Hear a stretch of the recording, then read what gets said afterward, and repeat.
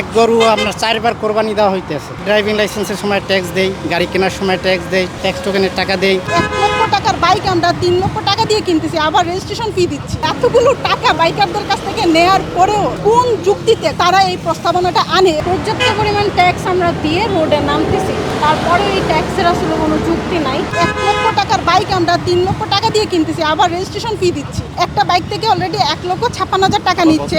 আবার হচ্ছে বাইক কোম্পানির মালিক যে বাইকটা বিক্রি করতেছে, ওরা যে লাভটা করতেছে সেই লাভ থেকে আবার 15% ভ্যাট সরকার নিচ্ছে। আবার রেজিস্ট্রেশন ফি বাবদ আমরা যে 20 থেকে 25,000 টাকাটা দিচ্ছি সেটাও সরকার নিচ্ছে। এখন আপনি যদি হিসাব করেন তাহলে এখানে 1 লক্ষ টাকার বাইকে অলরেডি সরকার 2 লক্ষ প্লাস টাকা নিচ্ছে।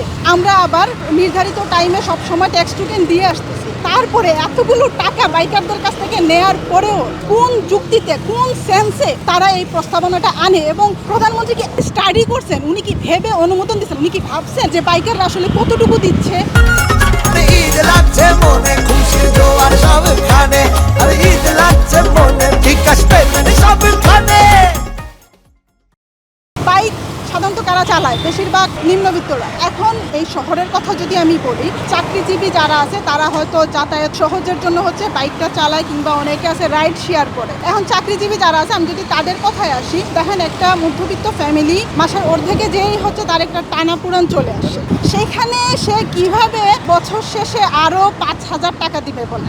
সিসি বেদে হচ্ছে তারা 2 থেকে 10,000 টাকা বছরে একটা কর আরোপ করছে। সেটা কি দেওয়া সম্ভব? যার হচ্ছে মাসের অর্ধেকে যে একটা টানাপুরান চলে আসে, সে কিভাবে বছর শেষে আরো এতগুলো টাকা দিবে? এক গরু আপনার 4 বার কোরবানি দেওয়া হইতেছে। দেখা যায় যে আমরা ড্রাইভিং লাইসেন্সের সময় ট্যাক্স দেই, গাড়ি কেনার সময় ট্যাক্স দেই, ট্যাক্স টোকেনের টাকা দেই, আবার 2 বছর পর পর আমরা ট্যাক্সের টাকা দেই। আবার এখন দেখা যায় যে প্রতি বছর 2,000 টাকা দিতে হবে। সেক্ষেত্রে আমার জন্য দেখা যায় যে খুব কষ্টকর হয়ে যাচ্ছে। আমাদের তো কোনো পার্কিংয়ের জায়গা নেই। হট করে আমরা দাঁড়ায় আছি, ছাওয়ায় দাঁড়ায় আছি, দেখা যায় এসে আমাদের একটা মামলা দিল। আর মামলা দিলে তো মনে করেন 2,000 টাকা। আমাদের আর কোনো সমস্যা নাই, আমাদের ড্রাইভিং লাইসেন্স আছে, কাগজপত্র সব কিছু ওকে আছে। দেখা যায় আমাদের একটু মামলা দিল, আমরা রং পার্কিং। হেলমেট দেখা যায় যে আমরা হেলমেট পরি, আমাদের সাথেও হেলমেট থাকে, যাত্রীরা হেলমেট দেয়। দেখা যায় যে পিছন থেকে আপনার হেলমেট খুলে ফেলায়, ওইটা তো আমার অপরাধ না। তো ওইখানে দেখা যায় মামলা দিলে তারে দিবে, যাত্রীকে মামলা দিবে, কিন্তু সেক্ষেত্রে দেখা যায় আমাদেরকে 2,000 টাকা জরিমানা করে। আমাদের উপরে যে অত্যাচারটা হচ্ছে এটা আমরা চাই সরকার আমাদের দিক বিবেচনা করে এটা মকুব করবে। শোরুমে যখন বাইকগুলো আসে 150 থেকে 300% ট্যাক্স দিয়ে কিন্তু আসে, সেখান থেকে একটা ট্যাক্স যাচ্ছে। আর আমরা যখন লাইসেন্স করি তখনও একটা ট্যাক্স আমরা দিই, রোড পারমিট দিয়ে চালাচ্ছি। তো পর্যাপ্ত পরিমাণ ট্যাক্স আমরা দিয়ে রোডে নামতেছি, তারপরে এই ট্যাক্সের আসলে কোনো যুক্তি নাই।